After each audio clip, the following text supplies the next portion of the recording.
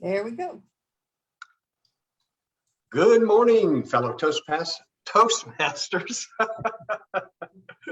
It's too early in the morning, fellas. I haven't had enough coffee. Let's try that again. Good morning, fellow Toastmasters and potential Toastmasters. Those out there who are watching who I hope will join us. My name is Ken Richardson. I am your District 115 Club Growth Director. My co-host today is the lovely, distinguished Toastmaster, past District Governor, Phyllis Trivey. Good morning, Phyllis. Good morning, Ken, and good morning to all of our visitors out there. We're happy that you've come to be with us today, and we hope that you learn a little something and will join Toastmasters. Absolutely. Are you ready to go, Ken? Is our Facebook working? Yes, our Facebook is working. It looks like we are online and everything is ready to go. Absolutely. Well, today, Phyllis, I want to talk about pathways. I know in previous shows, we've sort of talked about some of the changes and what have you and touched on it a little bit. But today I want to talk more about the various options, particularly under electives in pathways, because I don't think we talk enough about that. And you and I mentioned earlier before the show started that we both have friends who sort of gave up on pathways during its early introduction. And it does require, particularly the rollout, was a little bit cumbersome, I think.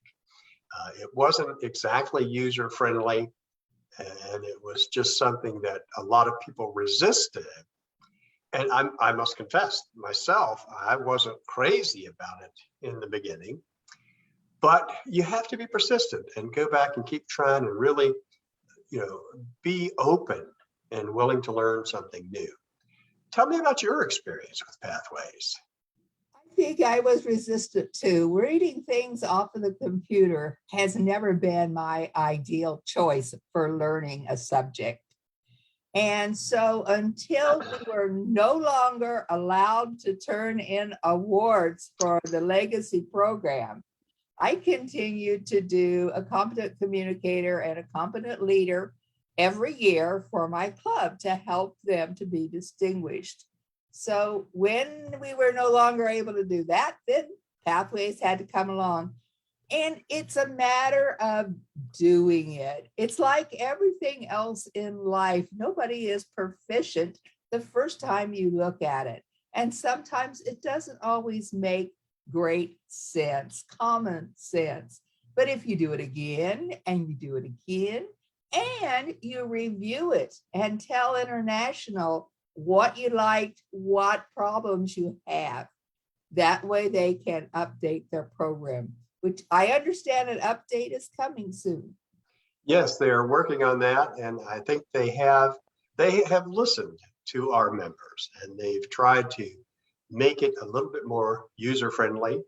They've expanded or modified many of the paths to try and make them more meaningful.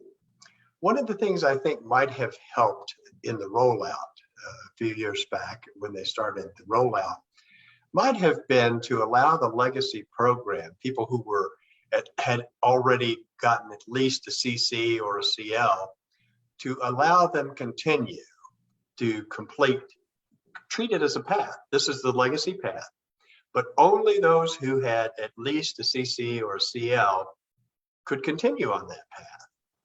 And they wouldn't allow anyone else new. And that would have, I think, transitioned some of the folks in the legacy program, made that a little bit easier for them. What do you think? Would that have worked?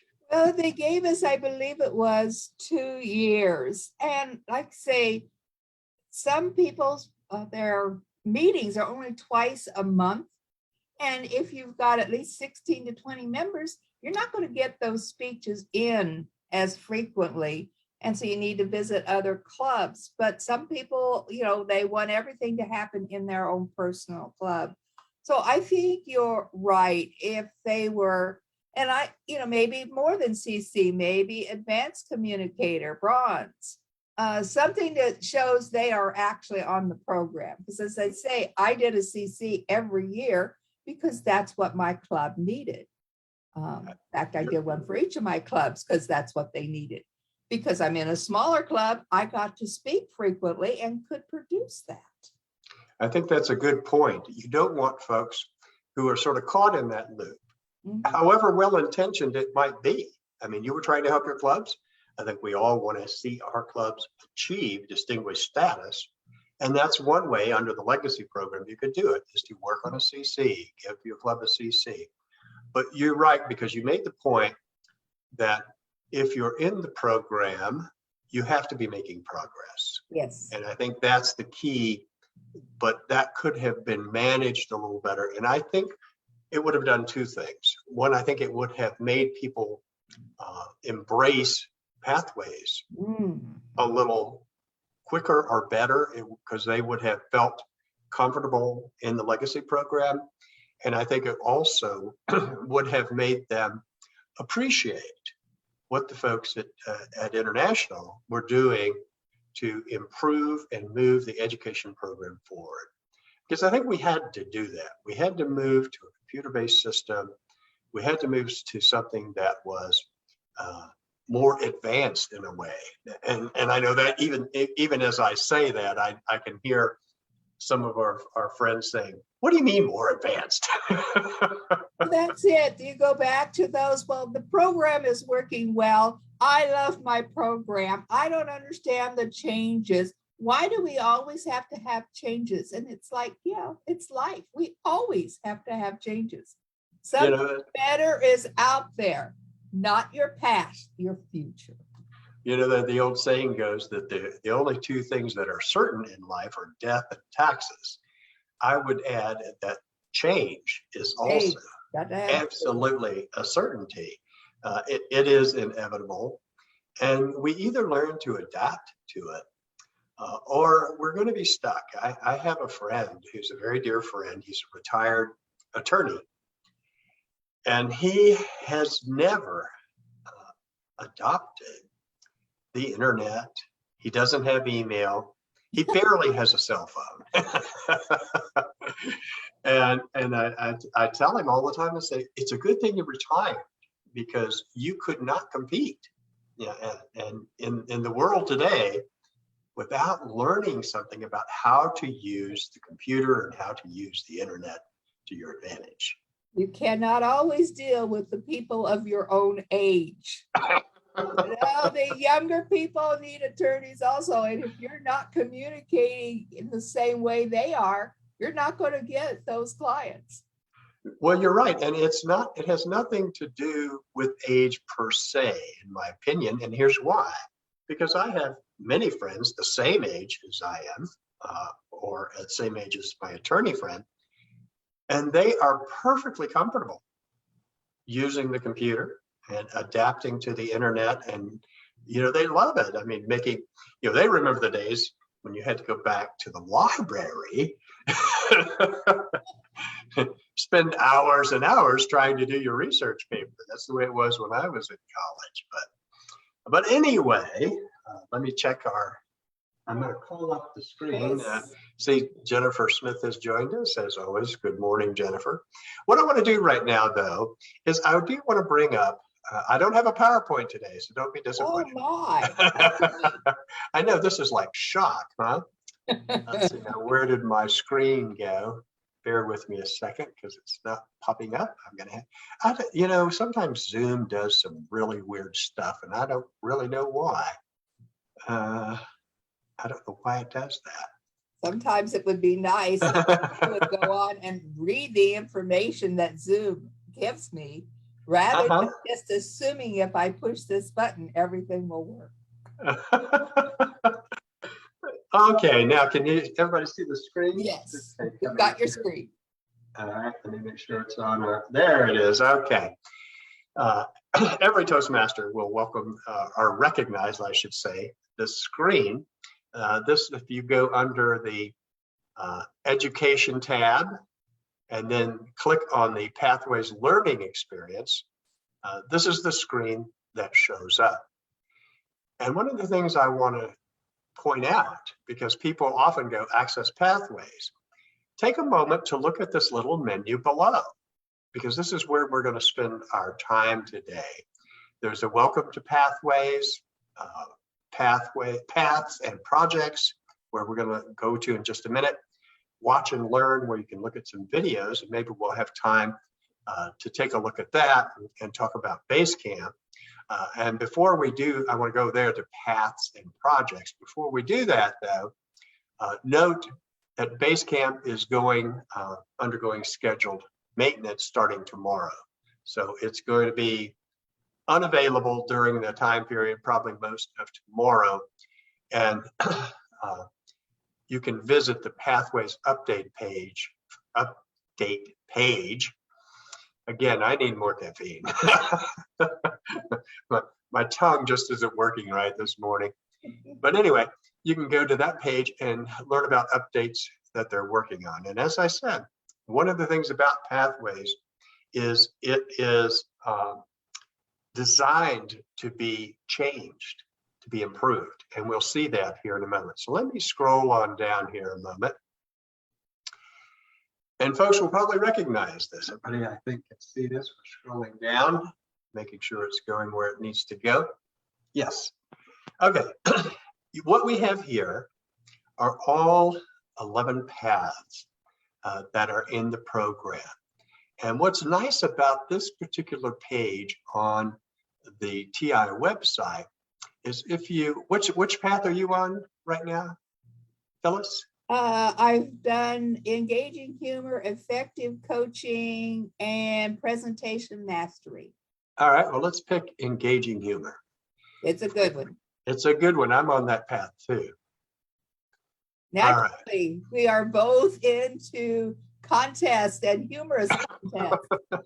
I love it. Of course, I'm not eligible this time around because of my position in the district, but yeah, I missed the competition.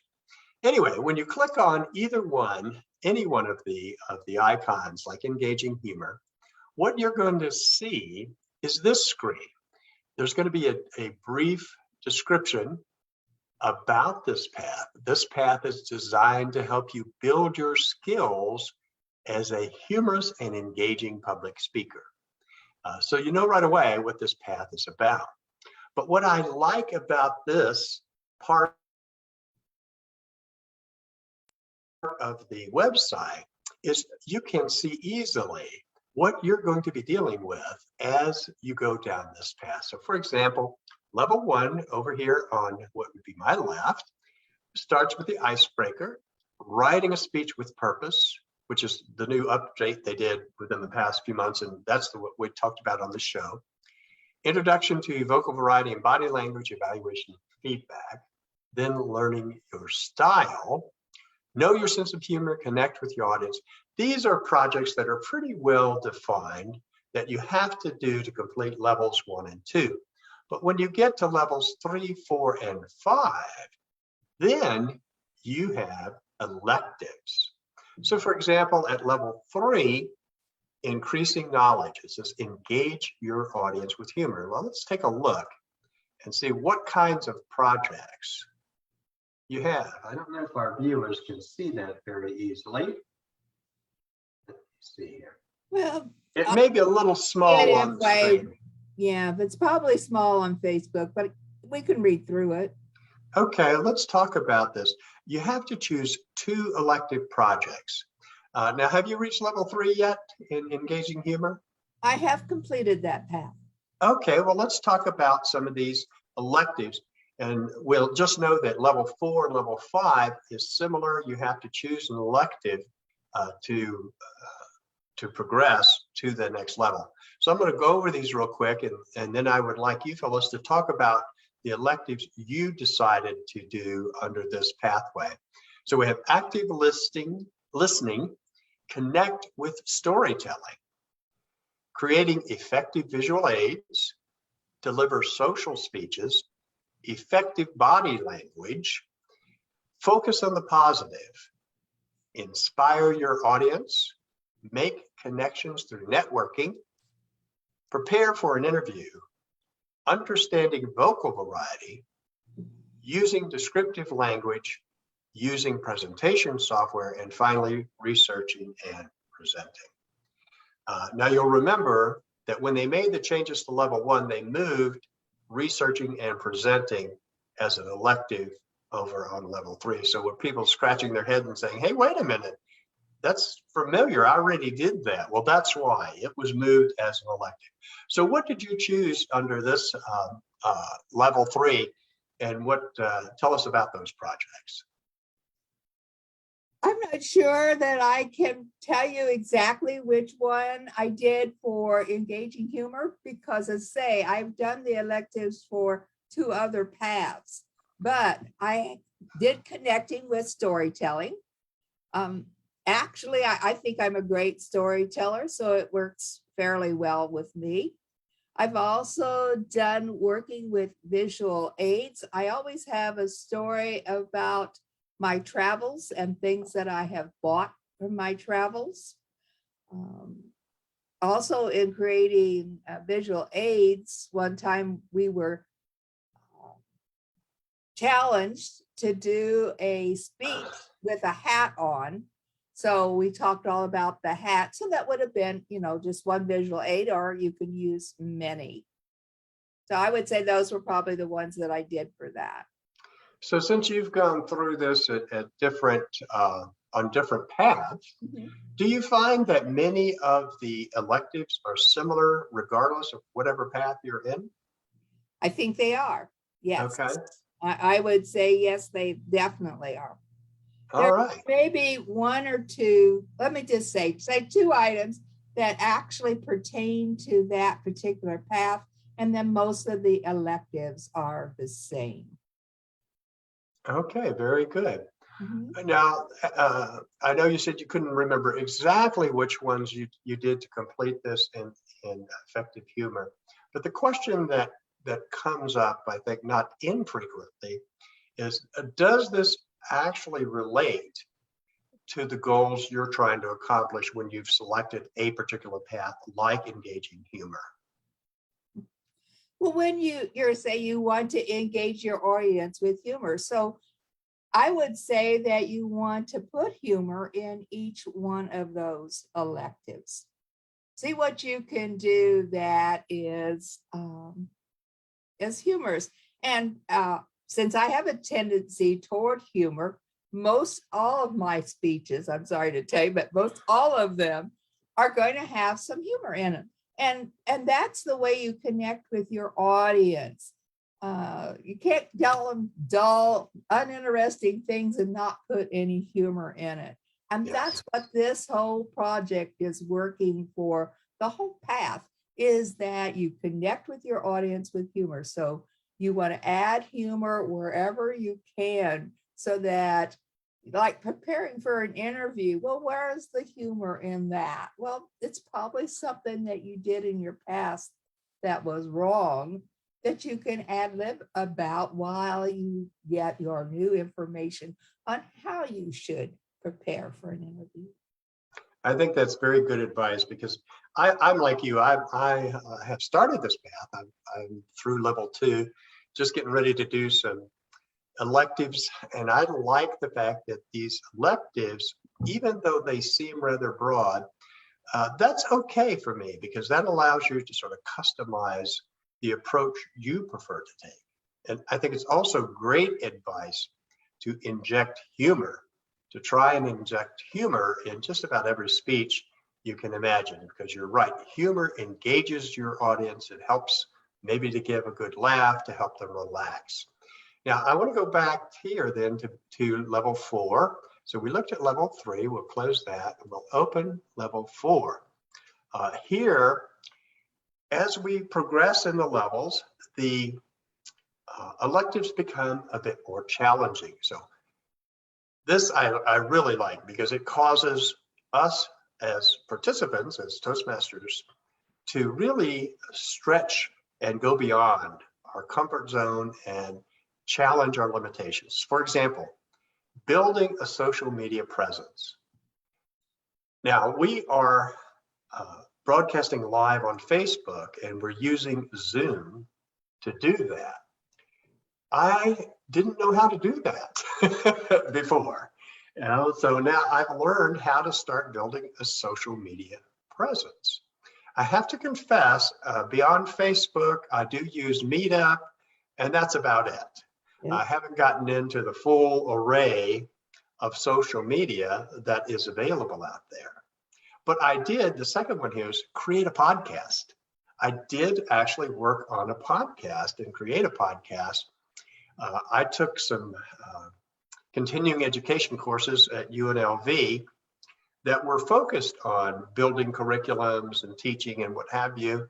And one of the things we had to do was to create a podcast, manage online meetings. That's what you and I do every Tuesday and Thursday, don't we? And then I have lots of other meetings now that are online, but these are a little bit more challenging. Have you gotten into level 4 yet on your paths?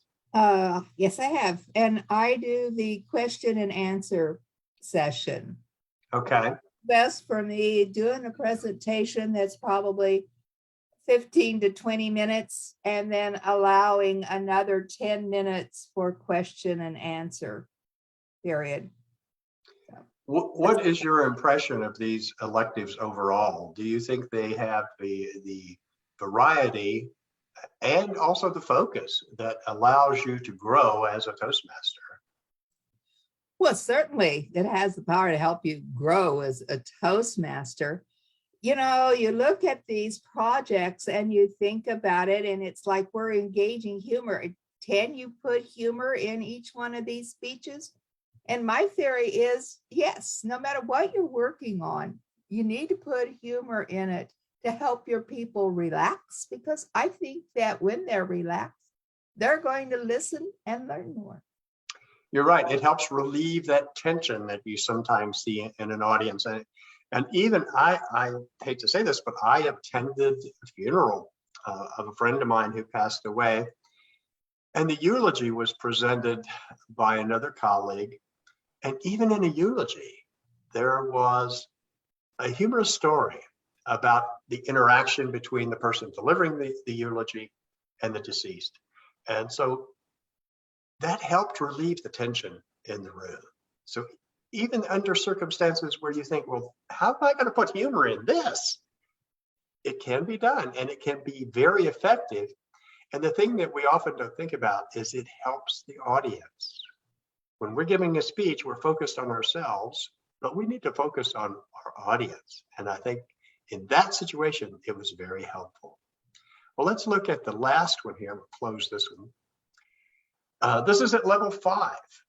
And here we have things like ethical leadership, high performance leadership, leading your volunteer organization. Well, there you go.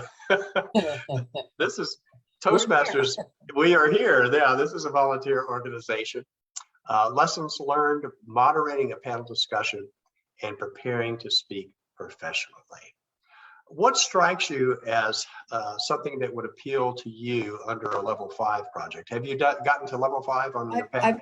Yes, I have done level 5. And although the electives are great, I'd like to talk about the deliver your message with humor. That's a required thing. It's Okay. about 20 minutes long. Mm-hmm. And what I did was I took a couple of situations that were in my life, and I broadened them. I put all kind of, episodes in them that brought out the humor. So I added, not necessarily that these things actually happen, but you add to it to make it more humorous so people are more interested. And that was one of the big things for me is you look at the electives, you pick an elective, but then that big 20-minute speech there, that is something you have to really work on. But you can do it. And that's what it was, is simply adding to things that weren't necessarily there to begin with to make it a humorous situation. Well, I'm glad you said that, because you started out talking about telling a story about yourself or your life experience. And telling a story about yourself can be an amazingly effective way to deliver a speech, because people are naturally curious. I want to know about Phyllis. Tell me a story about Phyllis. So once you have a story that you want to share, then it's a matter of how can I put in this case, some humor into this story? What was it about this situation or the story that I'm telling that made it humorous? So that's a very good tip, I think, for our listeners and our audience. Any other tips you want to share? Well, it's the same thing. It's not necessarily actually happened. You can embellish it all you need to make it a humorous story. So I picked something about my first work job where I met a friend who introduced me to my husband. And so I kind of flowed all through the workplace and how already it was unbelievably, they had a huge office building, which looked more like a factory. There were so many people working in it. And then on to meeting her and meeting him and having to go around the block and have a flat tire and conversations that went on as to how this tire was going to get flat before we went back to find this person that I wanted to change my flat tire. So it just got embellished. And that's what I'm saying is people think they have to be telling the truth. No, this is a story. You're engaging humor. You're supposed to make your audience laugh. So embellish it wherever you have to. Absolutely. Well, we are running out of time here. It's 6:26. So I want to encourage particularly new Toastmasters to go on the website, go under the Education Pathways Experience, and explore every path that you think you might be interested in, especially if you haven't selected a path yet, or if you are looking at adding a path. I'm like you, Phyllis. I started out when I took the little test, it said dynamic leadership was the good fit for me. So, but I also wanted engaging humor and presentation mastery. So I have those three paths, and there's always something interesting to do. I want to thank our viewers today. And anything you want to say to wrap things up here, Phyllis? It's a great program. Give it a chance. Yes, absolutely. Don't be intimidated. You can't break it. Just go explore and see what it can do for you. Now, I want to remind everyone that Wake Up with Toastmasters is on 5 days a week, Monday through Fridays. On Mondays and Fridays, your host is our program quality director, Jean Williams. On Wednesdays, it's the lovely Jennifer Smith, our public relations manager. And Phyllis and I are here on Tuesdays and Thursdays. If you'd like to be a guest, or if you have a story to tell that you'd like to share, please send me an email at d115cgd@gmail.com. We will have an educational event this month, the second Saturday of the month. We'll have some educational programming, and the game night will be on the last, that's actually next month is coming up. And game night is on the last Saturday of the month this month. You can find links to those events and more details in the newsletter. And the newsletter, as always, is posted on our website. I want to thank everybody for joining us today, and we will see you on Tuesday. Bye, everyone. See ya.